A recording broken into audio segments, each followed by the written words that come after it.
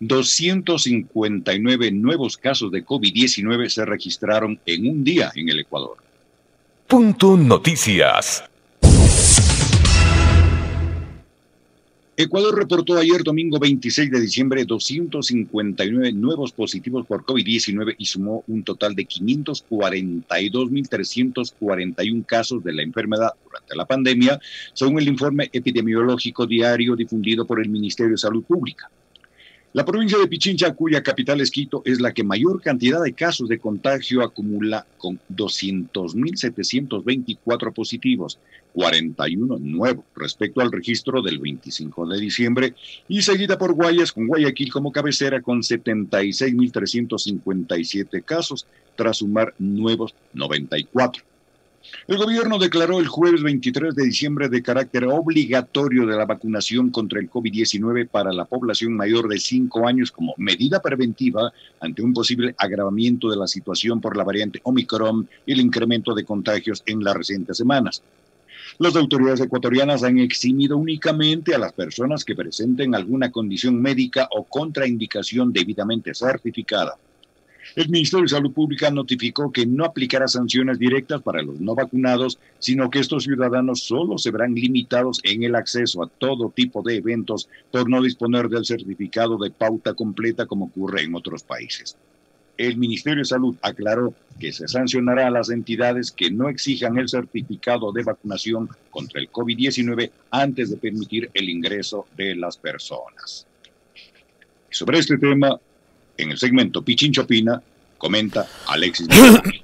7 de la mañana con 10 minutos. Bueno, la semana pasada, por efecto de la llegada de esta variante Omicron al Ecuador y tomando en cuenta la rapidez con la que podrían generarse más contagios y lo grave que podría ser esto para el sistema de salud, el gobierno ha tomado una serie de decisiones, entre esas esta que acaba de mencionar el profe en la nota, que es la de imponer, digamos, una suerte de obligatoriedad para que los ciudadanos se vacunen. Y creo que, a ver, yo estoy totalmente, primero les voy a decir que estoy totalmente de acuerdo con el hacer de la vacunación una actividad obligatoria. ¿Ya? Esto no tiene, a ver, cuando está en riesgo la vida, cuando está en riesgo la integridad y la salud de la población, este no es un tema opcional, ¿cierto? Es decir, cuando, por ejemplo, y pues sí hay casos, suceden porque hay una comunidad, hay grupos sociales, ¿no?, que son antivacunas. Bueno, no sé qué tan sociales son, más bien vendrían a ser antisociales, ¿no? Pero que son antivacunas. Pero usted, por ejemplo, a su hijo o su hija, cuando es pequeño, cuando es niño, cuando es bebé, les lleva a todos los centros de vacunación posibles a ponerle las vacunas de rigor, ¿no es cierto? Porque quiere que su hijo o su hija crezca en absoluta normalidad. No es opcional. Usted lleva a los niños a vacunarse porque esa es su obligación, su deber como padre o como madre. Porque además se trata de un tema de salud, de cuidar la integridad y la salud de los pequeños. Bueno, acá me parece a mí que la sociedad está en riesgo. el conjunto, la comunidad está en riesgo por unos cuantos que han decidido hacerle oposición a la vacunación. A partir de ahí yo estoy totalmente de acuerdo con que se decrete o se declare la obligatoriedad para vacunarse y que se exija el certificado de vacunación, pero con todo rigor, no solo para el ingreso de centros comerciales o de estadios de fútbol, como ha sucedido durante estos últimos días. Deberían exigirnos el certificado de vacunación para entrar a cualquier entidad pública o financiera. O sea, yo creo que debemos ser así de rigurosos, porque, créanme en serio, en juego está la vida de todos y cada uno de nosotros. Entonces, que haya todavía ciudadanos, personajes y algunos incluso académicos que se oponen a la vacunación, cuando vemos que existen una cantidad impresionante de contagios todavía, a uno le hace ya en serio cuestionarse sobre En serio existen este tipo de personas, ¿no? En serio existen. Y una cosa que yo sí quiero comentarla y se las voy a decir a ustedes porque además eso es producto, me parece a mí, de una serie de irresponsabilidades. En el país se suman más de 500.000 de casos, son 542.341 en total, y la provincia de Pichincha y Quito a la cabeza suma la mayor cantidad de casos de contagio, acumulando 200.724. 200.724 casos positivos tiene Quito. ¿Ya? Y a diferencia de otras ciudades, yo por ejemplo, durante las fiestas de octubre, y me van a disculpar ustedes, esto no tiene nada que ver con un asunto de regionalismo ni nada por el estilo, porque yo no defiendo ni a un feudo ni al otro, yo soy ecuatoriano. Pero yo en octubre no vi imágenes de eventos como la salvajada ocurrida acá en Quito, en la avenida de los Chiris, durante las fiestas de diciembre. No sé si ustedes vieron, pero yo no vi. Lo ocurrido durante las fiestas de Quito nos estaba empezando a pasar factura, indudablemente, porque acá la gente no solo que se relajó, sino que la gente se olvidó por completo de que estamos en medio de una pandemia. Esto no es pospandemia, y no sabemos todavía cuánto tiempo más vamos a tener que seguir conviviendo con la mascarilla, con el uso del alcohol, y con el distanciamiento físico, con entender que no podemos poner en riesgo por más que estén vacunados, porque además personas que están vacunadas se han contagiado, no solo que se han contagiado, sino que han fallecido. Entonces estamos poniendo en riesgo a nuestros adultos mayores, que pueden ser nuestras abuelas, nuestros abuelos, nuestros padres, nuestras madres, que pueden ser nuestros amigos, nuestros seres cercanos, seres queridos. Entonces ya... Si no hemos entendido, y creo que no lo hemos hecho, porque las imágenes de fiestas de Quito así lo demuestran, créanme que yo no veo mayores expectativas de que la cosa pueda mejorar. Y eso nos convierte además en ciudadanos que somos indolentes porque saturamos un sistema de salud que ya no da más. Un sistema de salud que además, con el régimen actual, que se ha dedicado a recortar los presupuestos y los recursos destinados a áreas tan sensibles como esa, precisamente, salud, educación, entre otras, como tenemos un modelo de gobierno y económico que propende más a cuidar el capital que al ser humano, hoy hay hospitales y hay un sistema de salud pública que no cuenta ni siquiera con las cosas más elementales como para poder cuidar de enfermedades a las que ya estábamos acostumbrados.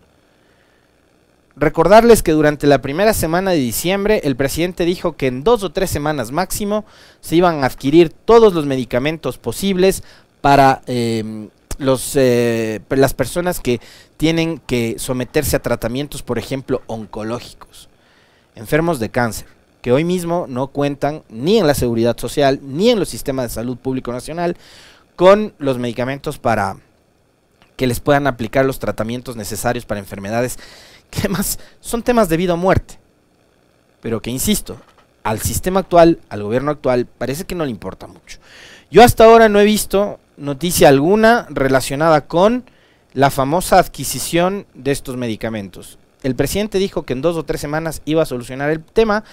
Ayer he visto varios tweets de personas que denunciaban precisamente por haberse trasladado hasta los hospitales públicos con sus padres, con sus madres, sus abuelos, que no tenían acceso a medicamentos, que no había medicamentos y que no pueden someterse a sus tratamientos para mantenerse estables, ¿no?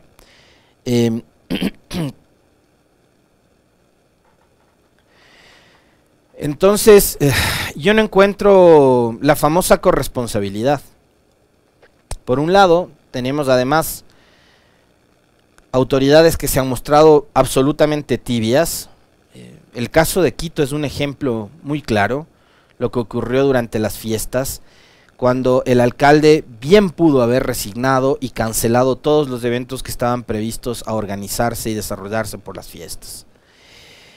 Para otras cosas son muy eficientes y son muy efectivos al momento de vazar, de cercar, de amurallar, por ejemplo, el centro histórico. Cuando se advierte de una protesta, van y amurallan el centro histórico. Este alcalde, el señor Guarderas, para evitar que ciudadanos extranjeros puedan ubicarse en la tribuna de los Iris, mandó a poner rejas en la tribuna para que no se utilice ese espacio físico, para que las personas puedan, no sé, ahí guardarse de la lluvia, del sol, ¿no? Pero resulta que durante las fiestas fueron incapaces de tomar el control de la avenida de los Iris, que se volvió un zafarrancho. Claro, hay autoridad, pero la autoridad no se hizo presente. Después, el domingo, es decir, al tercer día de la fiesta, salió en un video que le grabó su equipo de seguridad, felicitando a los agentes de control y a los agentes metropolitanos y demás por el trabajo que habían hecho. Para eso ya se había desatado todo un relajo durante viernes y sábado, ¿no? Pero creo que también debe partir de nosotros, y por eso yo hablaba de la famosa corresponsabilidad.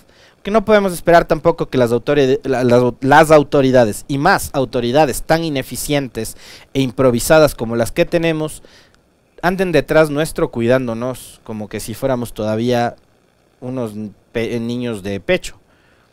No esperemos eso, tratemos más bien de cuidarnos. Y yo vuelvo al hecho de que debería hacernos un poco más conscientes del saber que en casa nos está esperando un padre, una madre, un abuelo, una abuela, a quien nosotros podríamos trasladarle o transmitirle el famoso virus, ¿no? Si es que andamos en la farra ahí, en medio del tumulto, en la avenida de los Iris. Pero tampoco es que se hizo mucha conciencia por parte de ciertos ciudadanos. Tampoco voy a generalizar, porque también hubo y hay otros siempre que son mucho más conscientes y que saben que todavía no hemos superado esta pandemia que ha costado miles de vidas, ¿no? Y que ubican al Ecuador, ciertamente, como uno de los países entre los tres de América Latina, entre los tres primeros de América Latina, con el mayor número de muertes, ¿no? Con la mayor letalidad por impacto del COVID. Así que ahí les dejo para la reflexión. Podemos ponernos también y sentarnos a debatir sobre si es que esto es atentatorio a mis derechos y a mis libertades, o sea, mi libertad de no someterme a la vacunación, ¿no? Pero creo que acá prevalece el bien común. O sea, por 2 o 3 no podemos poner en riesgo a la comunidad en su totalidad.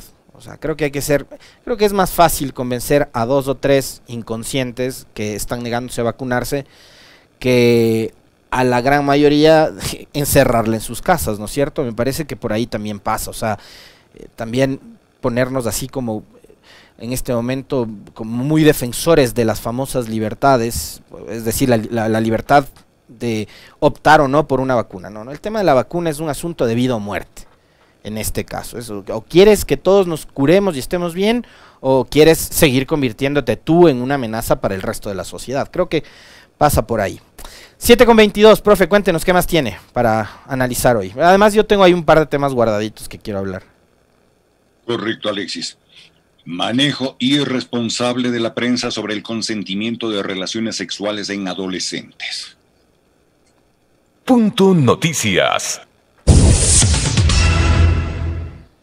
Las publicaciones del Telégrafo y El Comercio desataron las críticas de la opinión pública sobre el manejo de la resolución de la Corte Constitucional, en donde se autoriza la capacidad de consentimiento en relaciones sexuales a partir de los 14 años de edad. Ofrecemos disculpas por la publicación sobre la sentencia de la Corte Constitucional respecto de la opción de los adolescentes a partir de los 14 años de consentir una relación sexual. Cometimos una imprecisión de la que nos sentimos apenados y tomaremos los correctivos necesarios, escribió el diario El Telégrafo el pasado 25 de diciembre en su cuenta en Twitter. El diario El Telégrafo tituló: "Aprueban consentimiento en relaciones con adolescentes a partir de los 14 años, con la fotografía de una adolescente y un hombre adulto". Mientras que el diario El Comercio tituló: "Adolescentes desde 14 años pueden consentir relación sexual. Corte Constitucional se pronuncia". Sobre esta noticia y la preocupación de padres y ciudadanos, la Corte Constitucional es clara en la sentencia refiriéndose a las relaciones entre adolescentes. Sigue siendo un delito las relaciones entre mayores de edad y menores de edad. Alexis Moncayo tiene la palabra en Pichincha Opina. Como ocurre en algunos casos, no solo en este, nuevamente hubo una serie de imprecisiones en algunos medios de comunicación por publicar lo primero que interpretó él o la periodista que hizo la nota. Un error espantoso, además acompañado en el post en redes sociales de unas fotos igualmente espantosas para tratar un asunto y un tema que es absolutamente delicado. ¿Y por qué es delicado? Porque en el Ecuador actualmente las cifras que tiene el INEC dicen que diariamente 5 niñas de 14 años y 136 adolescentes de entre 15 y 19 años son madres.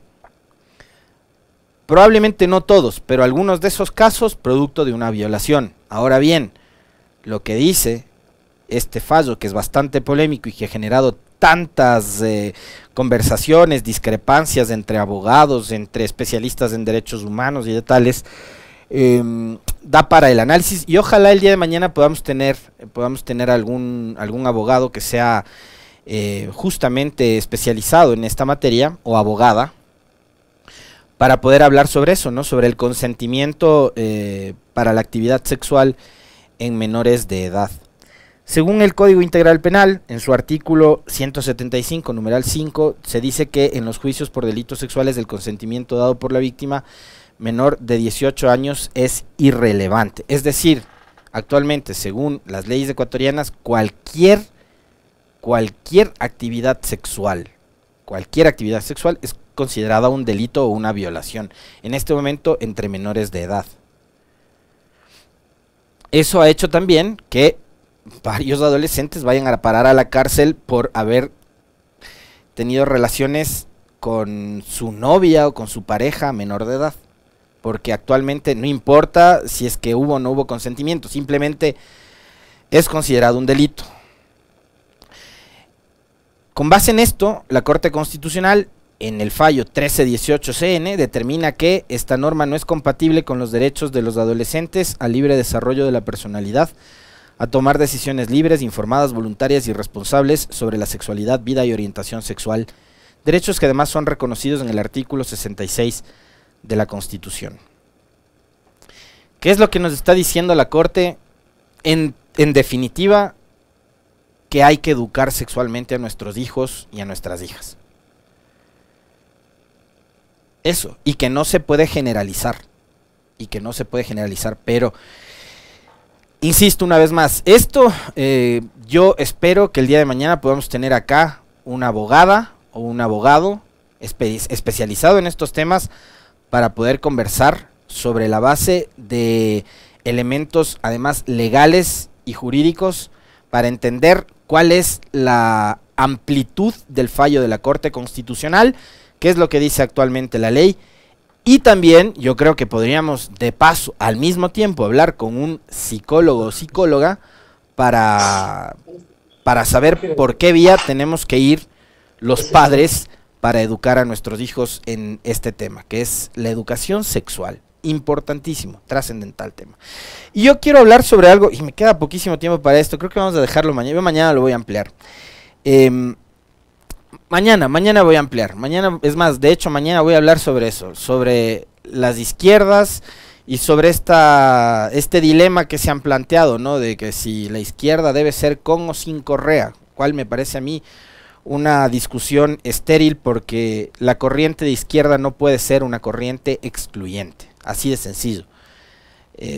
Y porque además yo considero que actualmente Correa es un personaje político que atraviesa por absolutamente todos los ámbitos sociales, políticos y hasta religiosos de la vida de este país. Es decir, yo dudo mucho que en el Ecuador haya existido una familia o una mesa en el 24 de diciembre en donde no hablaron de Correa, créanme. Entonces, la izquierda no puede ser excluyente.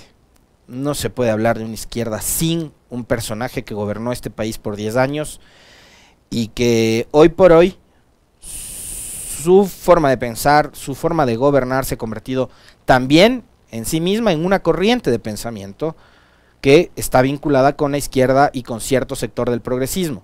Progresismo que además es una palabra que le ha querido atribuir a una vertiente política. El progresismo me parece a mí que también es un concepto que es transversal. Yo he visto personas que están más ubicadas ideológicamente más del centro hacia la derecha, que tienen ideas bastante progresistas en temas en los que el mismo Correa es un poco más conservador. Por ejemplo, el matrimonio igualitario o el mismo aborto.